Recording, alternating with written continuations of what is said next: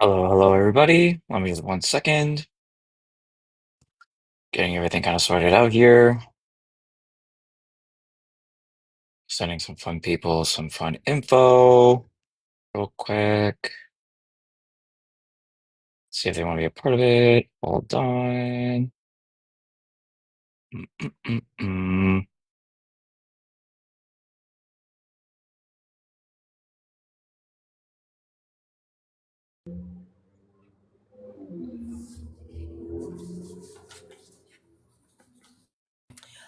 Finny, do you have the the New Year background? I do. I think Okay, that's what I want to put that one up.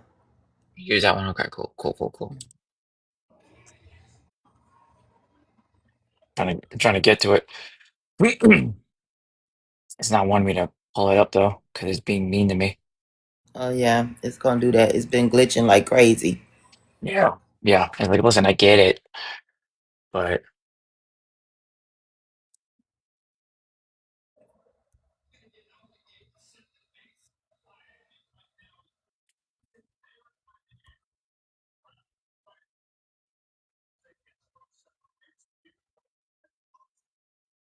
All right, there I go. it's Hi like everybody. just does not want me to do it. My screen is Well, frozen. look, no. So put it on. Click it. Click Uh, save. uh, Let that come up. Go back out. Click the plus. Click it from there. It should come up. okay. Okay. So we'll save it and then we'll go from there. Okay. Hold on a second.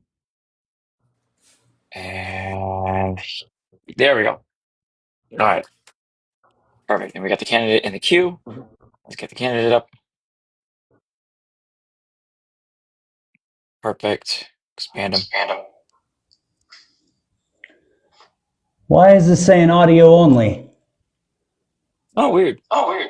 You Huh. should be able to just. Let me try and leave and come back in. All right, Mr. Okay. Brandon. Now you just got to get your background together, Mr. Brandon.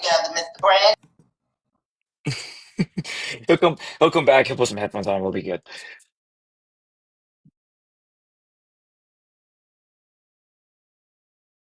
I want to make sure that we've got that there. Okay. And then when he comes back in, we'll grab him real fast.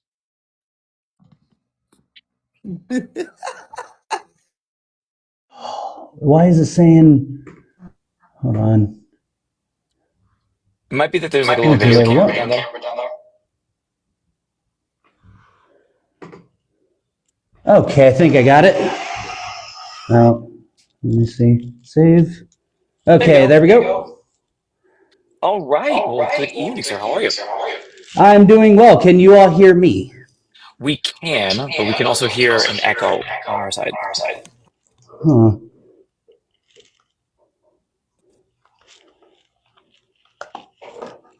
I wonder. I don't know. Could just be my mic. I'm waiting for the cord for my new mic. Oh, that's perfect. That's right. Then, do you have like headphones or anything? Give me one moment. I do have an earbud. Okay. Okay.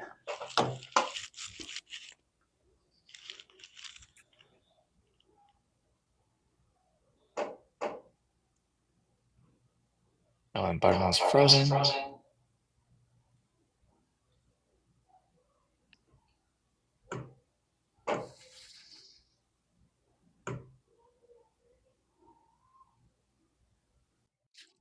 Okay. Okay. Can you guys still hear me? Yes, we can. And it looks like Okay. the echo is Awesome. gone, so we're good on that too. So we got that all taken care of here. Awesome. Well, good evening, Mr. King. How are you today? I am doing very well. Thank you.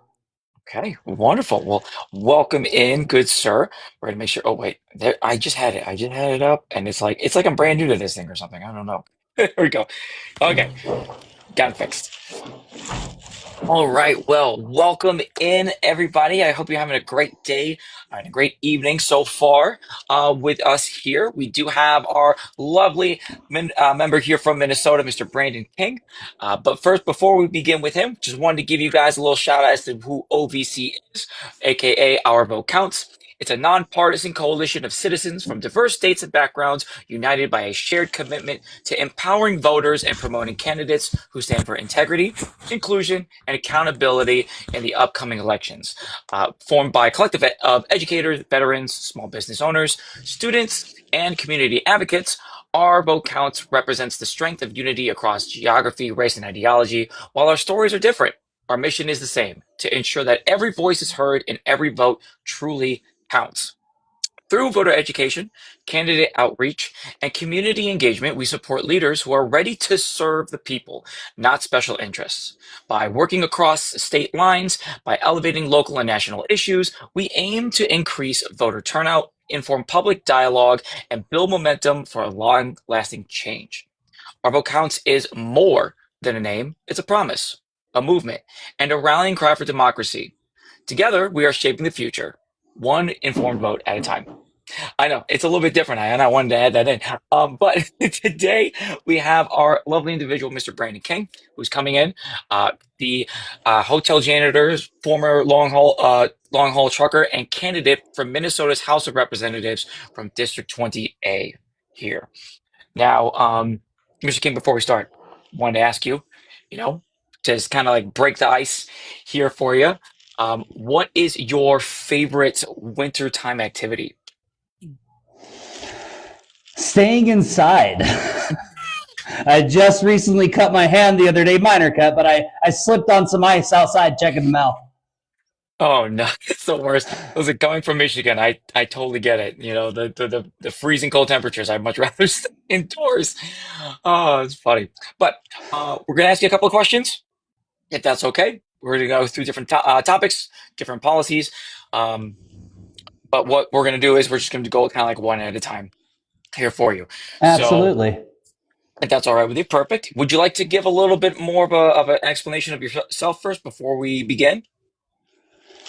Well, I'm a former truck driver. I've been all over this country. Weirdly, I did avoid the deep south quite extensively when I was trucking. Like I got like one line down to Laredo, Texas, and then that's about it.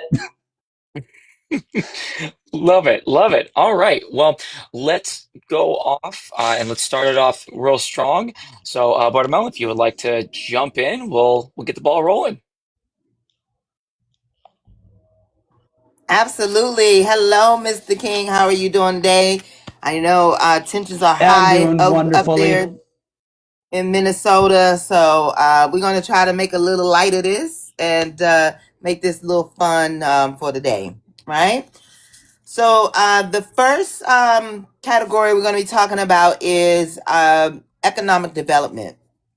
So a lot of residents um, in Minnesota work long hours for low wages just to keep up with rising costs. How would your work week liberation plan or other economic ideas help families earn a living wage while also having more time for their family and community life? So first off, $25 an hour is basically the 15 of today. You know, that there's no getting around that. But secondly, the Minnesota Housing Sovereignty Act is very much immediate economic relief for anybody who moves into a sovereign home. If you are paying under $600 a month to be a homeowner, like for reference, my mortgage is 1718.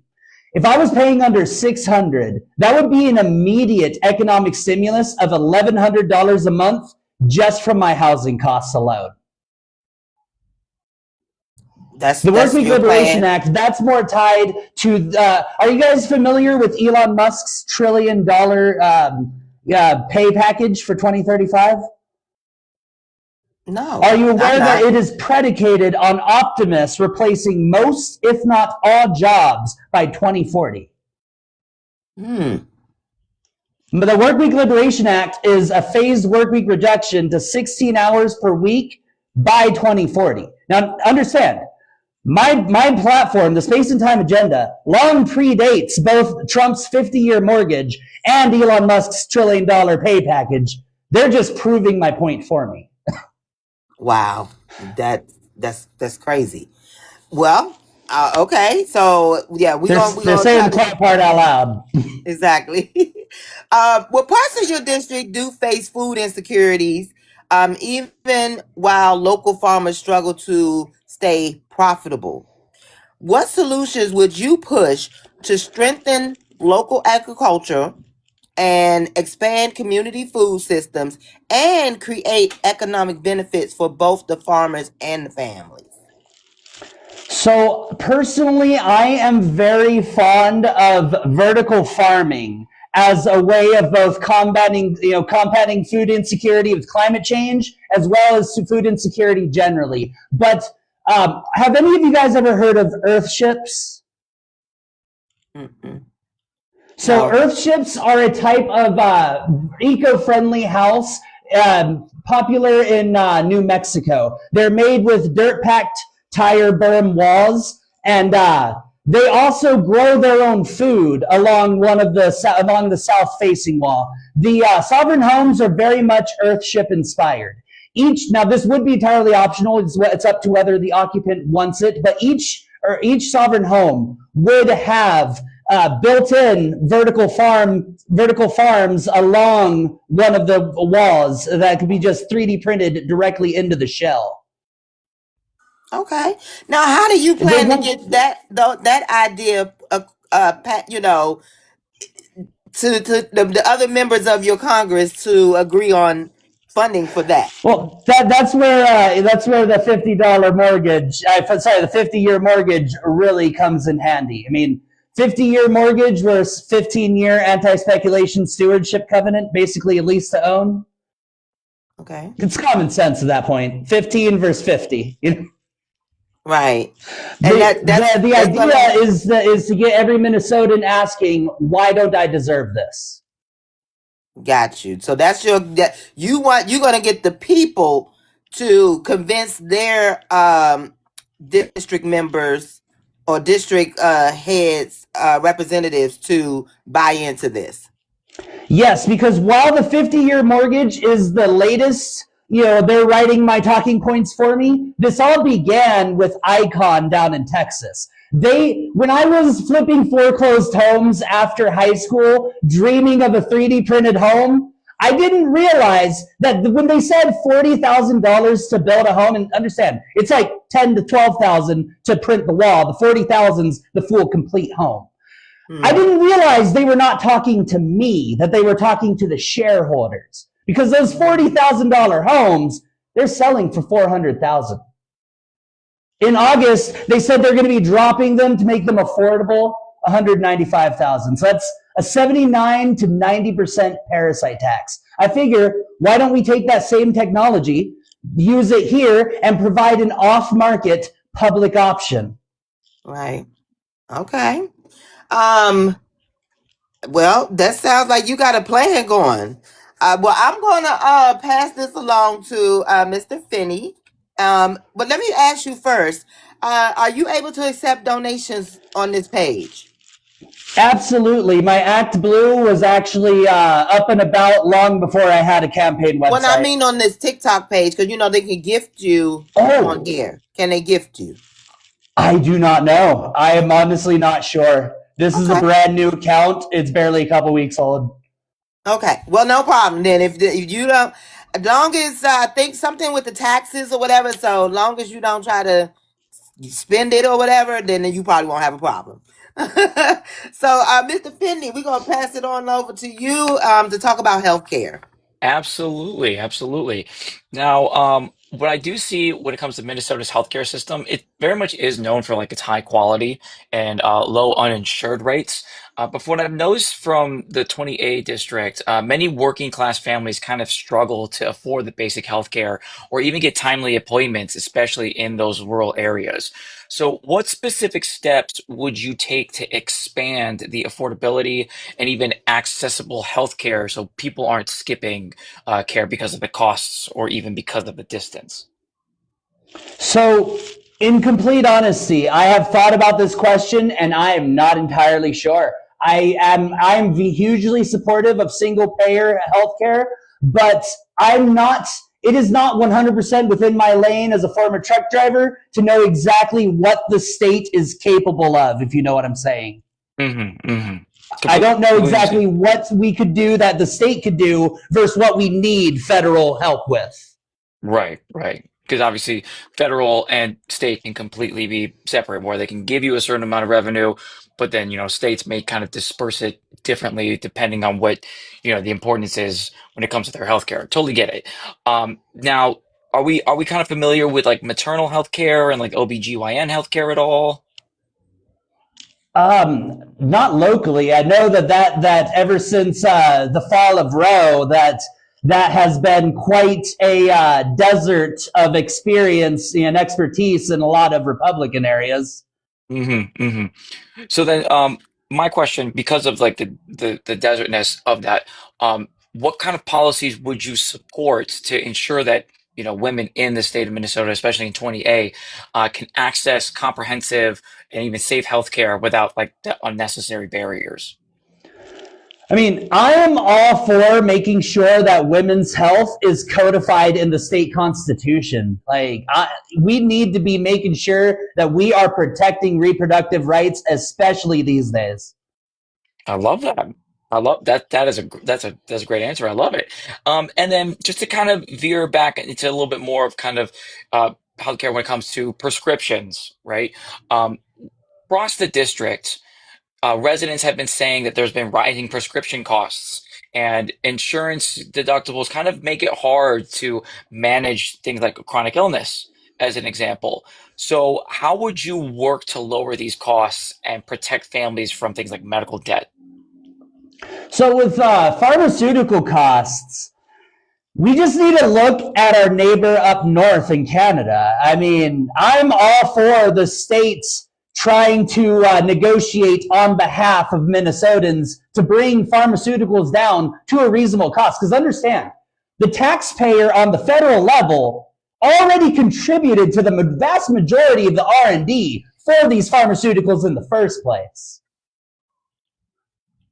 I love it. I love it. Well, thank you very much for answering those questions for us. Um, Really quickly, because we're going into it fairly quickly. We're going to go right over to Miss Bartimel real quick. She's going to talk a little bit more about the public and even like the education system when it comes to our schooling here in the state of Minnesota, especially in your district. So, Bartimel, if you'd like to take it away.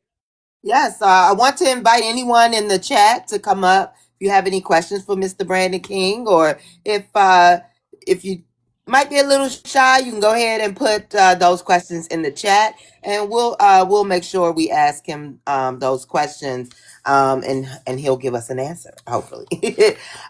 So yes, so we want to talk about public education in schools. So we do know that as Minnesota is in the news again today, or yesterday, one of the things that they were in the news for was due to the pew pewings. That's what we want to call it for TikTok purposes at the schools, right? So what is we have to be able to educate our children. So this is going to go into public safety a little bit, but it is also a school issue. How do you make sure the schools of Minnesota or District 20A in particular are safe for students to come to and get an education?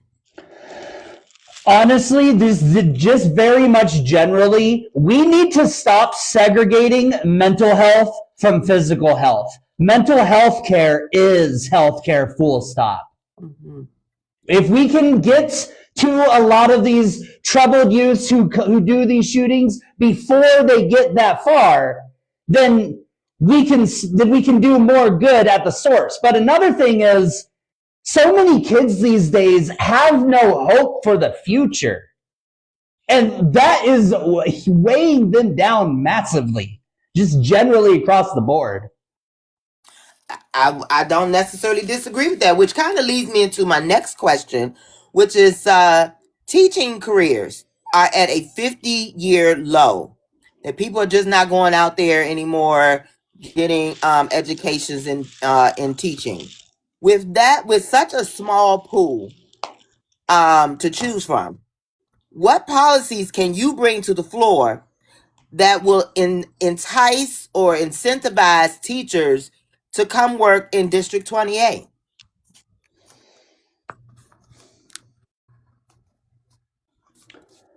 I mean, aside from doing what we can to try and protect them a bit more from various locally captured school district boards, that is a good question. Definitely one that I will have to think about. I love when someone says, I don't quite know that answer, but I'm going to look into it. I absolutely love that because we don't have all the answers. But I've been trying to be very honest here. I didn't directly answer several of your questions because I didn't have a full answer. I just gave my best thoughts. Okay, no problem with that. No problem with that. Well, let's go into, some schools in District 28 lack updated materials, technology, and facility improvements. How would you work to secure more school funding so that every child, no matter what zip code they're in, has access to high quality education? I mean, as you pointed out, that is a general school funding issue. The solution would obviously be to fight for more funding to modernize the curriculum and the equipment. We need more modernization across the board in so many areas. Like we are in 2025 in a lot of ways still acting like it's 1970. That is true. That is true. So we definitely need to up the Right, school. 2026. My bad. We're in 2026. So we need to up the funding for the school. Absolutely. The kids need more modern equipment and materials. Okay. Well, we like to do a little thing around here we call rapid fire, okay? So I'm going to throw out a few like yes or no or either or questions. And you're going to give us your best answer off the top of your head, which you seem really good at doing. So first one, term limits, yes or no? Absolutely. Personally, if I'm elected, I only intend to be a 1 or 2 term candidate because my main goal is getting the legislative agenda of space and time passed. Okay. But also on the federal side, absolutely term limits. Okay. Do you compromise or stand firm? That largely depends. When it comes to the oligarchs, when it comes to the rich, when it comes to protecting the working class, there can be no compromise there. Full stop. Now, when it comes to coming across the aisle for certain bipartisan things, of course. Right. Agreed. State income tax, increase or cut? So, okay, this is more like long-term ideas, but I may be the only candidate in America who has a viable plan for eliminating 100% of taxation for every American. Now that'd be between 2038 to 2043, using nationalized asteroid mining as the funding base to replace all taxation. But in the long term, I am all for getting rid of taxes generally and replacing them with space rocks as the next great American endeavor. Okay, and you said how will we fund the government? With what again? Nationalized asteroid mining. This is something that I've been arguing since 2014. Back then, I imagined that Bernie was going to win and that by 2025, we would have begun it. Now I'm hoping that it even gets looked at by 2033. Yeah, okay. Asteroid mining. Got it. Okay, I was just making sure I had it in my head. Fix first. Should we fix the roads or public transportation? If you got to choose one, A or B, then I'd have to say public transportation, then the roads, but I'd prefer to do them both. Okay. I mean, for right now, the roads ain't too bad out here that I've seen. Okay, all right, perfect then. Though there are some townships that definitely need higher road budgets for sure. Okay. Police, more funding. Should more funding go to police or community programs? To community programs, police don't need more funding. They just need better use of their funding. And I definitely believe that any claims of police brutality should come out of their pension fund. That should not be footed for by the taxpayer. Absolutely. When they have an actual dog in that fight, then they will police themselves. Agreed. 100% agree. Your opponents just said they represent the people. What's your comeback?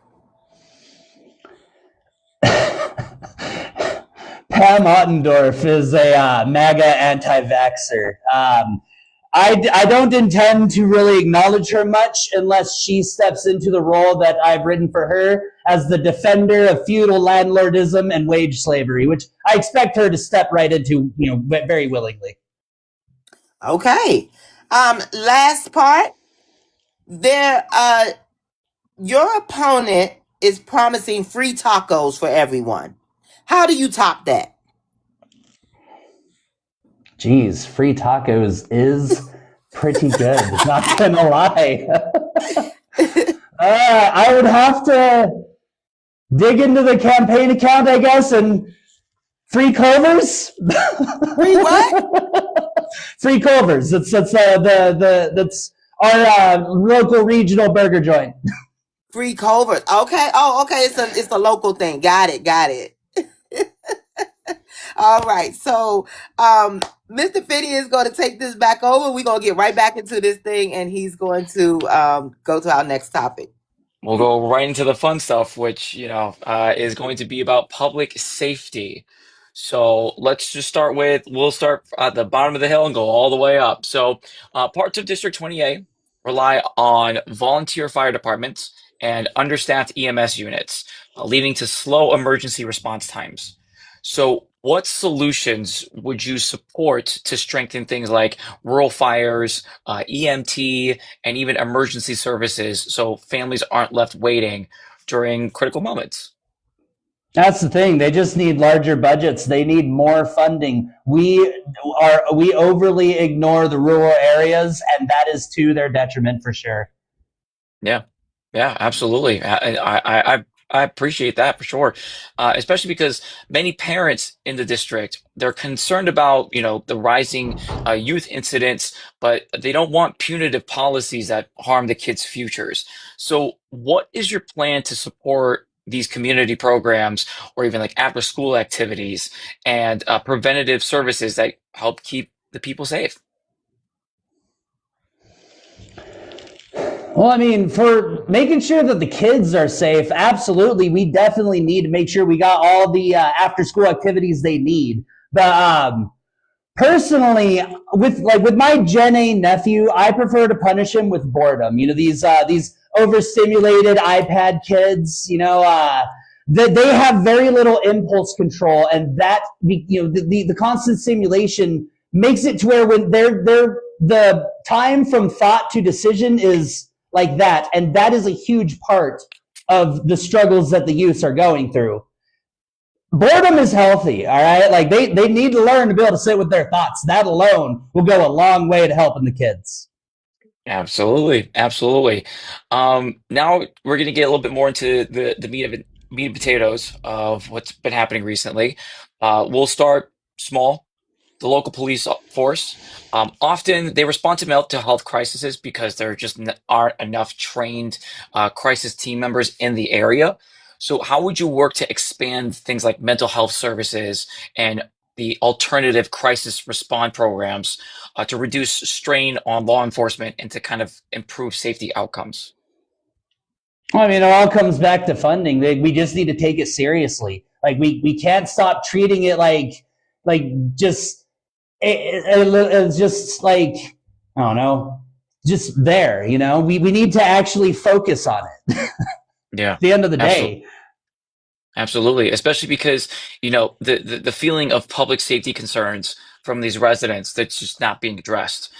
While others worry about the over policing of vulnerable neighborhoods, especially with what has just happened recently in Minneapolis. So how would you this is kind of like a two-parter kind of question. So take as much time as you need to with this, but how would you balance investments in the community safety with policies that protect civil rights and ensure fair treatment for the residents? And then also, how would you combat the separation of federal and state like law enforcement? Meaning, like, what would you do for things like ICE and for the DHS? How would you kind of separate that from like local law enforcement? I mean, we need to grow a spine and start prosecuting people who are committing crimes. It doesn't matter if they do it under the color of law. Like, that's not an excuse. At the end of the day, we need to take our local police and just take the step of arresting them and prosecuting them. Like, we can't just let them get away with it because they're federal. Like, they're committing crimes. Would the Republicans have taken that, like, back in if Obama was in office? No, they wouldn't have. Okay, absolutely, absolutely, and I appreciate you answering the questions here for sure. To anybody that is in the audience, if you do have any questions, please don't be afraid to put them in the comments down below. Or if you want to be part of the panel, please don't be afraid to jump in as well. And you can be invited up as a guest. In the meantime, though, I'm going to have Bartomeu jump into the next topic of environment and the infrastructure. I know he forgets I'm on my other page and on Melanie, but that's what he knows me as. It's okay. So again, we are talking about environment and infrastructure, and I feel like this is going to be your topic right here, because we're going to talk about some things that I think you're trying to do right now. Many roads, bridges, and public facilities in towns across District 21 are aging, are in poor condition. What would be your plan to secure funding, funding to rebuild? See, that's for general infrastructure. I believe that we need a federal response. And this is why 2028 is so important. We need de-Trumpification as quickly as possible, because what we need is the third Reconstruction and New Deal 2.0. And that's where we get all the actual infrastructure funding that we need. So you say this is above the state. Modernization for the 21st century and beyond. Okay, this is above the state. He said this ain't the state. This got to go from the federal. Gotcha. We can do what we can, but at the end of the day, like we need a third Reconstruction and New Deal 2.0 by the mid 2030s at the latest. Or I don't know if our civilization is going to quite make it. Understood. I don't disagree. Your platform supports sovereign homes and sustainable housing solutions. How would you ensure the environmentally friendly constructions, like, as you mentioned earlier, 3D printed, energy efficient homes, can be built quickly and affordably in your district while meeting local infrastructure needs? So that's the thing with sovereign homes. They're going to be printed with a geopolymer concrete hempcrete blend that I call Liberty Bond. And so they're going to be very eco-friendly from the concrete itself, down to everything else. And then 3D printed homes, they can be completely constructed in less than a week. Tell me more. This is not my area of expertise, so I need to hear a little more on this. So you said the material is going to be made out of what again? So it's going to be geopolymer and hempcrete. It's going to be a blend. So going back to the earth ships in New Mexico, they're dirt-packed tires, the berm wall. It acts as a giant heat sink that pulls in heat to cool down the house during the day and releases heat to warm it up during the night. And I believe that with the geopolymer hempcrete blend, we will be able to get a similar level of thermal mass as the dirt-packed tires, but in a much smaller envelope. Okay, and this is go ahead. Oh, so sorry. So sovereign homes, you can think of them as any 3D printed home that you Google, except that you will be able to design your own in a open source 3D design studio to build your own dream home. And as long as it's within the realms of the technological limits and physics, I see no reason why the system should reject it. Okay. And you plan on just trying to create this yourself, or do you plan on trying to do this through legislation? Through I already have the draft legislation written up on my website in the flagship policies tab. Both of them lead to the respective bills on my Substack. I've already had the Minnesota Housing Sovereignty Act draft legislation reviewed by the Center for Sustainable Building Research, and yeah, they were pretty happy with it. I've already integrated their recommendations, and yeah. Okay. Bro, I gotta say, whether I win or lose, I intend to fight for these bills. Like, this isn't about me, it's about the legislation. Absolutely. I 100% agree with that. District 20 includes valuable farmland and waterways that face pressure from runoff, overdevelopment, and changing weather patterns. What specific solutions would you pursue to protect water quality and support farmers in adopting sustainable practices without hurting their livelihood? So, I'm employed by Treasure Island over with the Dakota reservation over there, the Prairie Island Reservation. And personally, I am very much in favor of granting the Mississippi River legal personhood. This has been done in other countries like New Zealand, where forests and rivers are granted the same sort of personhood that corporations possess under Citizens United. And then the local indigenous populations can then sue on behalf of the river. Okay. But another part of that question is with farmland and water is the recent issue of AI data centers.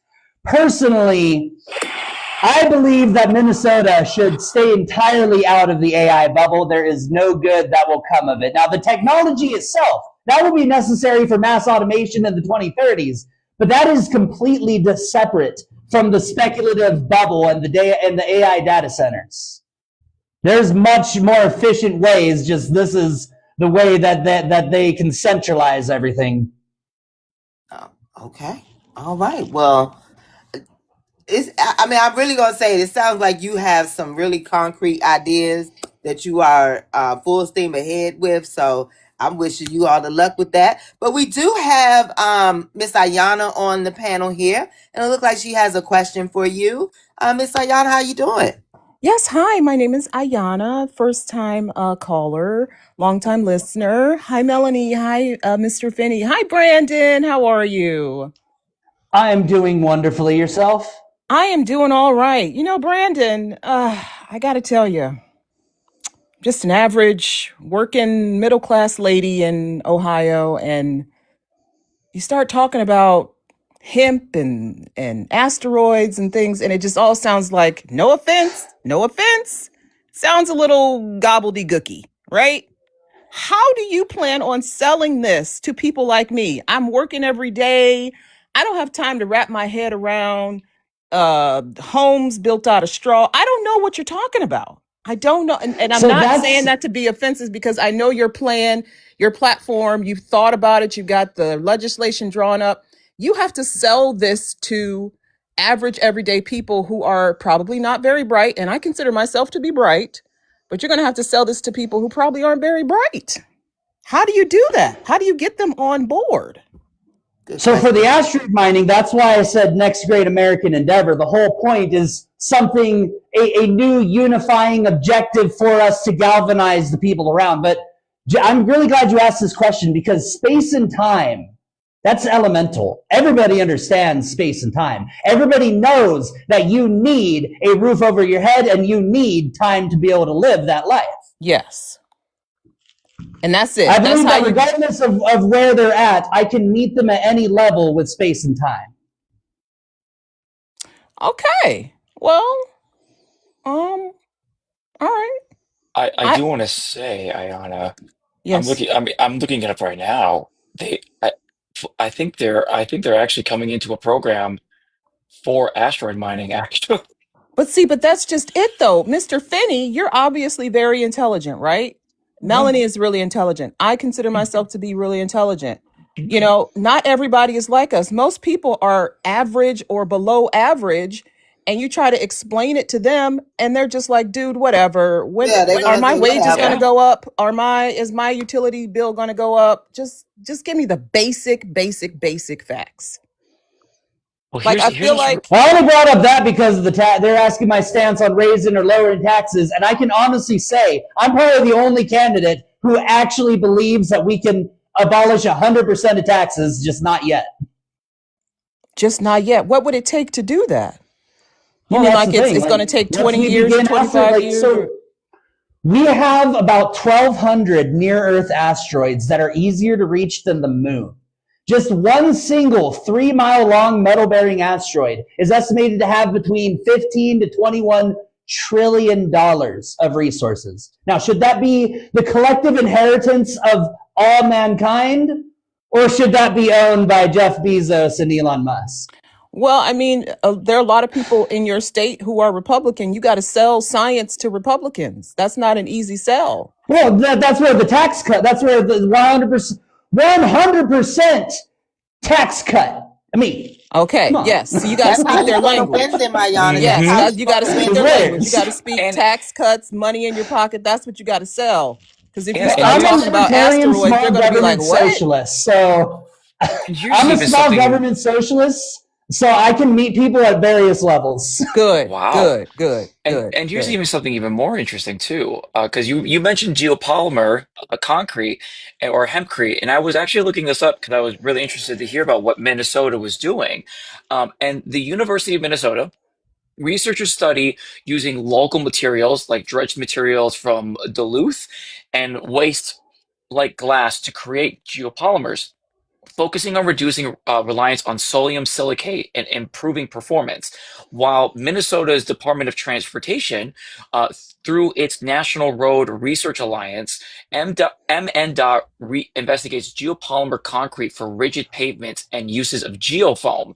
So this is like a lightweight, expanded thing to create this concrete. Now, the cool thing about That's this literally often made out of waste material. It's very Yeah. eco-friendly to make. See, and I think that's something that they should start teaching about in at least high school, like the environmental science. If you want to get people on board with your environmental ideas, perhaps starting at the primary school age level is a good way to go. If we incorporate Absolutely. this learning into the school curriculums, then it might be easier to get people on board. I don't know. Oh, absolutely.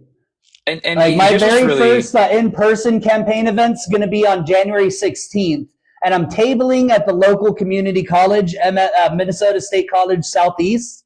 And yeah, I'm really excited to sharing my agenda with the next generation. Like I cannot wait to tell these college kids that if we win, you can have an affordable house that you own by the time you graduate from college. Now that is something they want to hear. That is absolutely, yeah. And the best thing about this too, Ayana, when looking up the positives of the concrete, not only is it environmentally friendly, he's absolutely correct when it comes to the performance of keeping insulating heat and also reducing the heat during those hot days. It develops strength faster, even though it costs a little bit more on the front end. Long term, it's going to be way more beneficial for you, and it's potentially 100 times longer lasting than just conventional concrete. So less cracking, less damage is done. That means that your house not only will develop an asset in money and investments, but also you won't have to worry about the cost of refixing and repairing it. And I don't doubt the science. I'm not saying there's anything wrong with it at all. I'm just saying you got to Yeah. sell it. You got to sell Yeah. it to Have people any of who you heard of the term planned obsolescence? I have, yes. No, I have Yeah. not. So planned obsolescence, that is where they make things that are designed to break so that Yeah. you have to buy a new one every year. Like Yep. you have to buy a new phone every year because of planned obsolescence. It's designed to get worse over time. We don't have to do that. That is literally a design choice that they do to make sure that the shareholders keep getting fed. We can make things that last. See, Mr. Brandon, that's how you got to explain it to them. You can't get all, I know you love the science, but you can't get all sciencey out there. You got to use This and real everyday terms. Hey, Like you that. guys, that phone you're holding was designed to break within a year. How about we make something that isn't designed to break within a year or 2 years that can last 20, 30, 40, 50 years, but that will also save you money? You know, you got to speak the people's language, is all I'm saying. Because that's the thing, when it lasts longer, it needs less maintenance as well. So there's Exactly. less maintenance costs in the long run. Exactly. That's what I like to hear. Well, Okay, I'm going to get thank out of you. here. Thank you. Thank you, thank you Miss so Ayana. much, Ayana. Well, let's jump into it's with well actually Ayana, do you want me to drop you down? Oh, never mind. I gotta drop it down. So while we're glad that we had her here with us. Thank you so much. We're going to jump into a little bit more of the local stuff that's happening here in the state of Minnesota. So many families in 20A, speaking of housing, they're saying that rents and housing shortages are pushing them out of their communities. So how would your housing sovereignty plan directly help local residents stay rooted and afford stable long-term homes in this area? So Red Wing would be one of the 5 chosen sites across the state that would host one of the initial fabrication centers for sovereign homes. So a lot of the people within the local area would be among the first 1,000 or so that would be included in the pilot. Wow, love it. I love it. I would like the pilot to be a 5,000, but the Center for Sustainable Building Research suggested dropping that, so that the 5,000 is still there, but it's now aspirational. I believe I put down 1,250 as what we should have for the pilot's success goal, with 5,000 as the aspirational cap. That makes a lot of sense. I appreciate that. And so, really quickly, with residents across the district, especially the low wage workers, they struggle with the cost of childcare, groceries, and even transportation. So, what solutions would you champion to relieve this economic pressure on everyday families? So first, we need more investment in daycares and preschools anyway. I'm all for universal pre-K, but again, this goes back to the basic economic benefits that sovereign homes naturally provide. If your housing is under $600 a month, you now have the economic leeway to decide, maybe I'll work part-time so that I can watch my kid. We'll get less situations where both parents are forced to work. Absolutely, absolutely.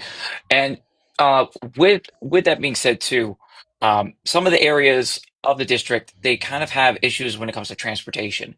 So it makes it harder for people to access those jobs, to access healthcare, and even education. So what would you do to improve the mobility and ensure that residences can reach these, essential services? So locally, we actually have a really robust public transportation system with the Hiawatha Land Transit. But yeah, we absolutely need to expand public transit even further. Like, we need to be able to reach more people out in the townships, 300 people, 20 miles from the nearest big town. Yeah. They need Well, to be able to especially, have the same access as everybody else. well, especially because when it comes to high speed railing in the state of Minnesota, you do have one giant one that already kind of exists, and they have plans to get to Duluth, even to Albert Lee, even getting into the Sioux Falls to the state that's neighboring you, as well as Eau Claire and Milwaukee, and even Wilmar. Would you want to go even further north, kind of closer to where Fargo is, or maybe even further north than that? I mean, absolutely. Especially North Minnesota. The closer you get to Canada, the more rural it gets. I'm sure that the further you get, the less services they have just by nature. Absolutely. Absolutely. And that's really wonderful to hear that you're looking to expand that for sure. And then one last thing for the local issues here. Many of the 28 residents, they feel disconnected from the political process and unheard by their lawmakers. So, how would you make sure constituencies, potentially like yourself, including renters, workers, they have a real voice? How would you make that happen? Well, I mean, I am definitely one of the workers. I make $19 an hour. I mean, so personally, I believe that there's a lot of potential for in the 21st century for more digital direct democracy. I believe that there's a lot of avenues that we can explore where, like, say you have like a blockchain based system where every unit on the blockchain would be tied to a direct like personhood, you know? And then that personhood grants them rights to, say, directly vote themselves on measures. That would be something that could be explored potentially. Okay. Okay. I like that. No, thank you so much for that portion of it here.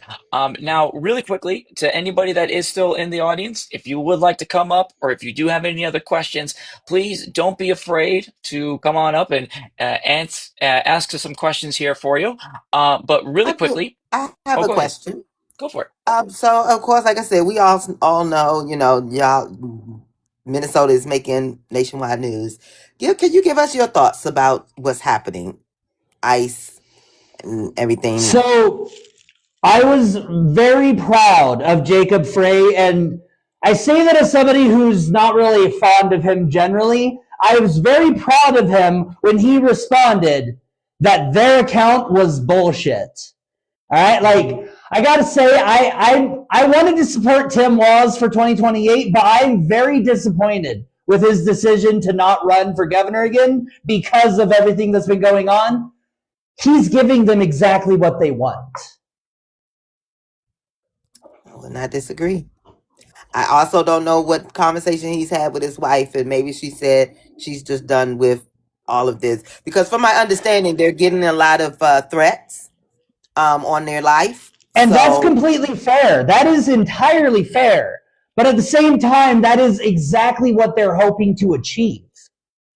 Yeah. All he's doing is empowering them at the end of the day. Okay. All right. And and speaking of empowerment, I know that they were talking about a lot of things that are happening locally. But I made a video about this earlier today, but the Senate has just put in a 57 to 42 vote to basically stop the president from pushing forward into Venezuela.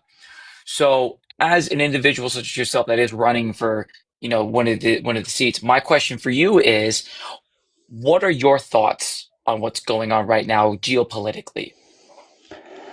So, I have so many thoughts on this. Okay, so first of all, the exact crimes that they're charging Maduro for are substantively the same exact crimes that Trump just pardoned the president of Honduras for a month ago. Now, when he pardoned the president of Honduras, I assumed that was going to be like a stepping stone and slow boil to pardoning Ghislaine Maxwell.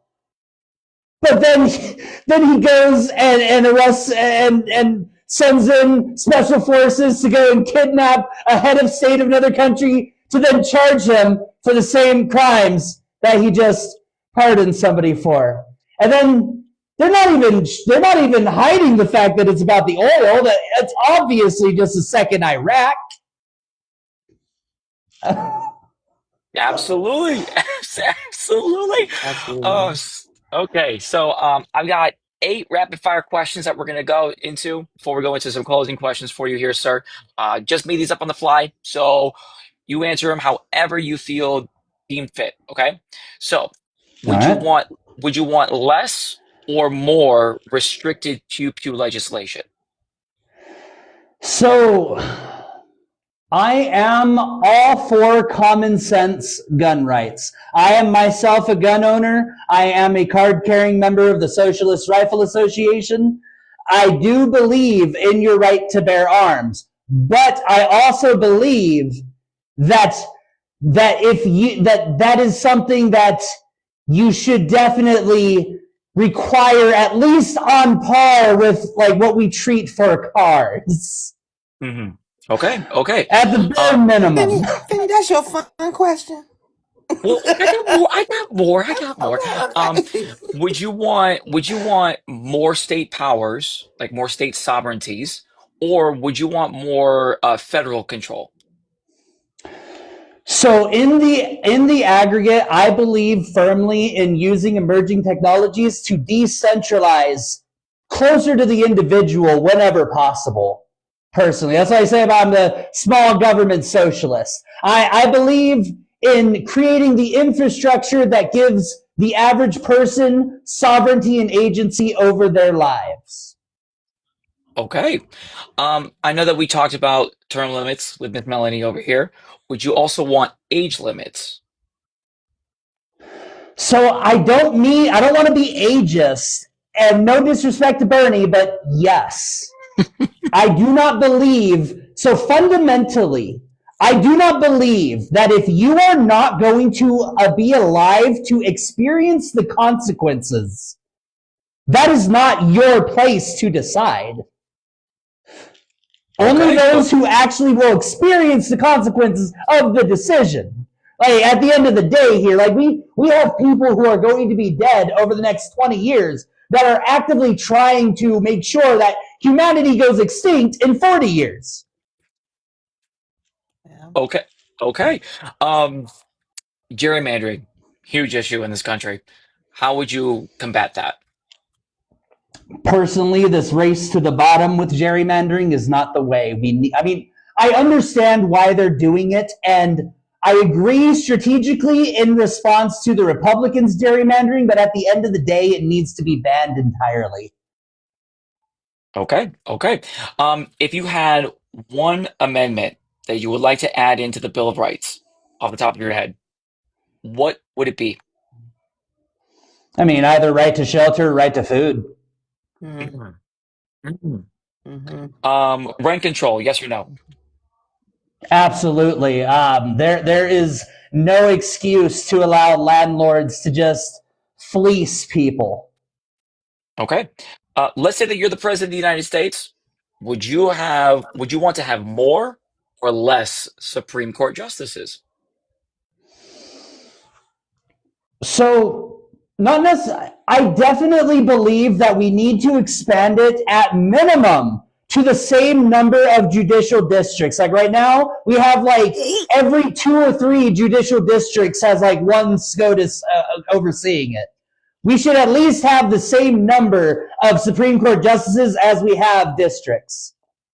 The first time I ever heard that answer, and it's a great one. I like that. I like that answer a lot. I actually really like that answer. And then last, but certainly not least, if you could codify a specific thing, whether it's a court order or it's a piece of legislation that you have right now, what would that one thing be? It would have to be the idea for the next great American endeavor. Because, yeah, if we nationalize asteroid mining, that is immediately the slam dunk. We get trillions of dollars pouring in. We secure it against the oligarchs, prevent them from concentrating it amongst themselves alone. I mean, could you imagine Elon Musk with $1 quadrillion from Psyche 16?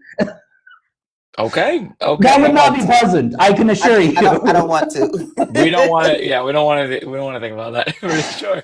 Well, we're gonna get into some closing questions here for you, Melanie. If you would like to start with the first one. Yes.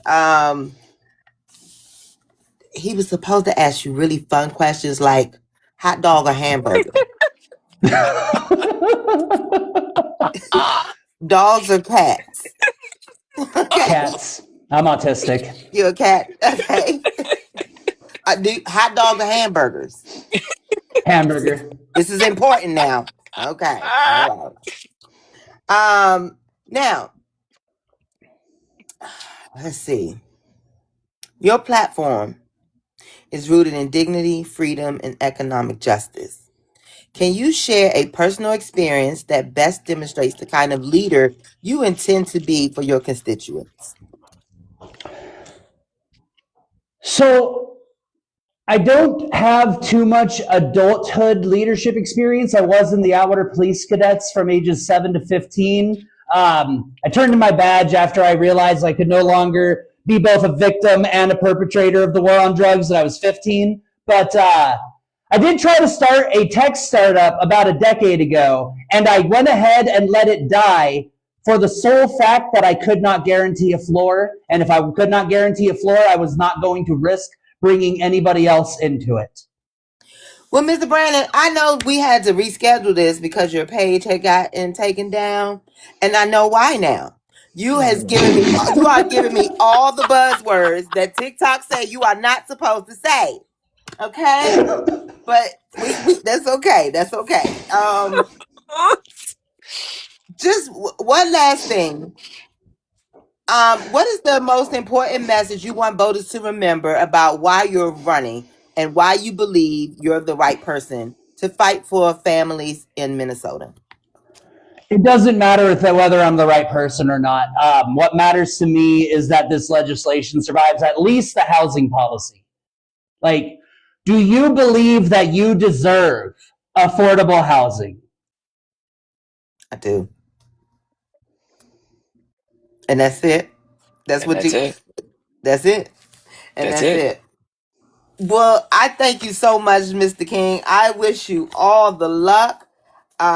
This is like Miss Ayana said, you have some really broad ideas that's going to take some convincing. But I think if you just sit down and you get your story together and your plan, you can win them over because you have some really good ideas. So that's why I'm happy that I can genuinely meet people at various levels. That will make it a little bit easier to get through some of that. Absolutely. Well, would you let everyone know where they can meet you, they can reach you, how they can donate to you, or even help with your campaign?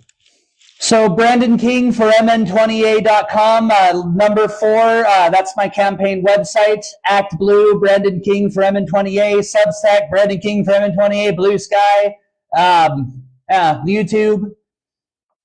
All of those. Okay. TikTok is usually my fastest growing platform at any given time. My YouTube is like 15 years old and has like 200 subscribers. Okay, great. And do you know when the primary is? Or do you have a primary that you're going to the party units will nominate their candidate come this spring, but then the primary is in the fall. And so here's the thing. I am in a primary against the woman who ran for this seat against Pam Ottendorf in 2024, Heather Arndt. And she's also the vice chair of the Goodhue County DFL. So I'm going up against the literal establishment. Now, they have been treating me very fairly, and I'm very happy about that. And if she wins, then my next goal becomes making sure that she adopts at least my housing policy. Okay. Good plan. I love that. I love that. Well, we thank you so much for visiting us today. My paper over here. It was a pleasure. This has been a pleasure also. And like I said, we wish you well on your campaign. But we want to invite you and everyone else listening back for our next 2 town halls, which will be happening tomorrow. One is going to be with Terry Jackson, and he is running for a U.S. House seat of Maryland, 5th district, and which is where I am. And then, well, maybe I'm in the 4th. I believe I'm in the 4th. I always get them mixed up. And then we're going to do Louis Davila, and they're running for Florida's District 48. So they're running for a state seat also, like yourself.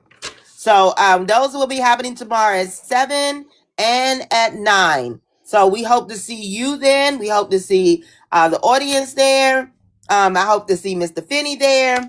Thank you for joining me today. Thank you for joining us, Brandon. Again, let me remind you and everyone else about OVC. We are a nonpartisan movement uniting Americans from all walks of life to empower voters Support candidates of integrity and ensure every voice is heard. Through education, outreach, accountability, and action, we are building a stronger democracy, one informed vote at a time. So make sure you join us.